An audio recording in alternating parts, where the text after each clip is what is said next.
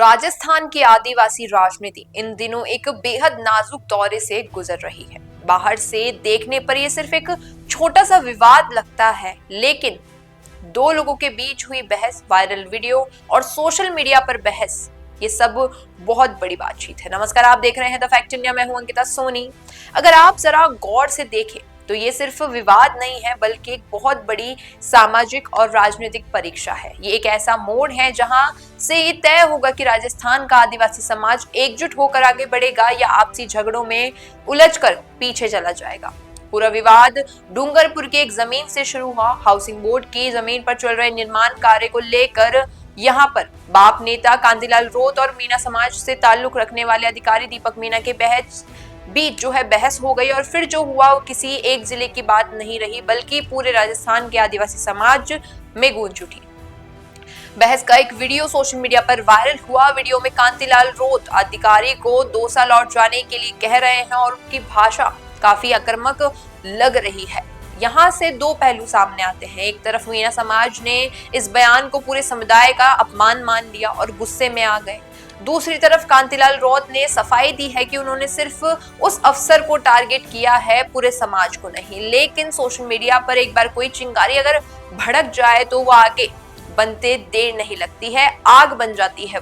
और यही हुआ। ट्विटर, फेसबुक, इंस्टा, हर जगह भील बनाम मीणा ट्रेंड करने लगा। गालियां, आरोप, मीम्स, वीडियो, समाज बढ़ता नजर आने लगा। और इस माहौल में बहुत सारे लोग चुप थे, कुछ डर के मारे, कुछ भ्रम के मारे और कुछ इसलिए क्योंकि वो खुद नहीं समझ पा रहे थे कि इस आग में घी कौन डाल रहा है। लेकिन तभी एक आवाज आई जो न तो पक्ष में थी न विपक्ष में थी, बल्कि सच में समाज को जोड़ने वाली थी। आवाज थी बांसवाड़ा डूंगरपुर से सांसद राजकुमार रौत की।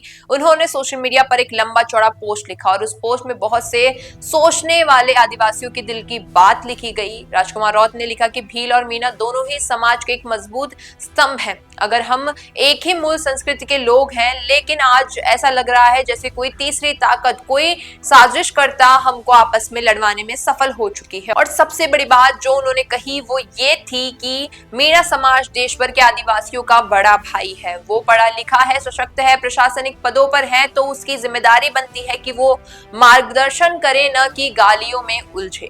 यहाँ एक और सवाल ये उठता है कि सोशल मीडिया पर जो लोग भील बनकर मीणा समाज को गाली दे रहे हैं, जो मीणा बनकर भीलों को नीचा दिखा रहे हैं, क्या वो वाकई हमारे समाज के लोग हैं या फिर ये किसी और की चाल है? फेक आईडी बनाकर आग में घी डालने वाले कौन है?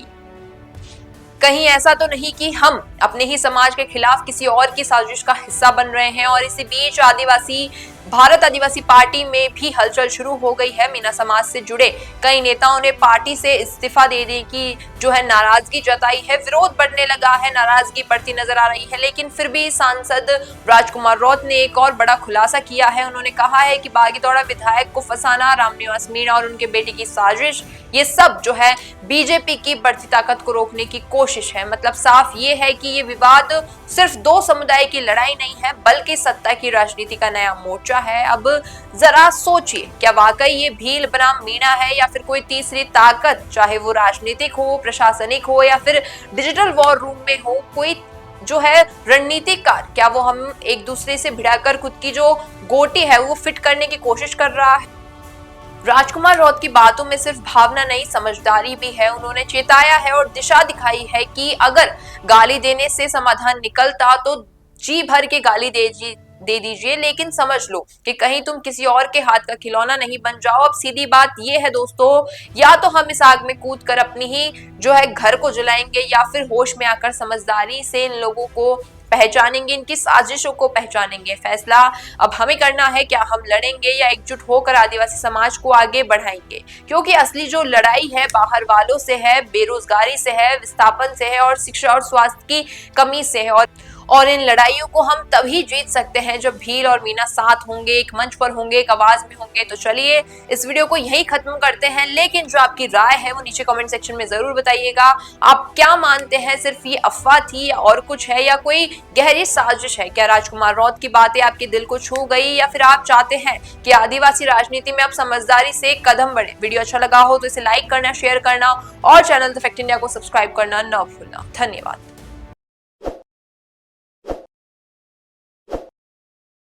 ताज़ा खबरों के लिए विजिट करें द फैक्ट इंडिया की वेबसाइट और डाउनलोड करें द फैक्ट इंडिया ऐप।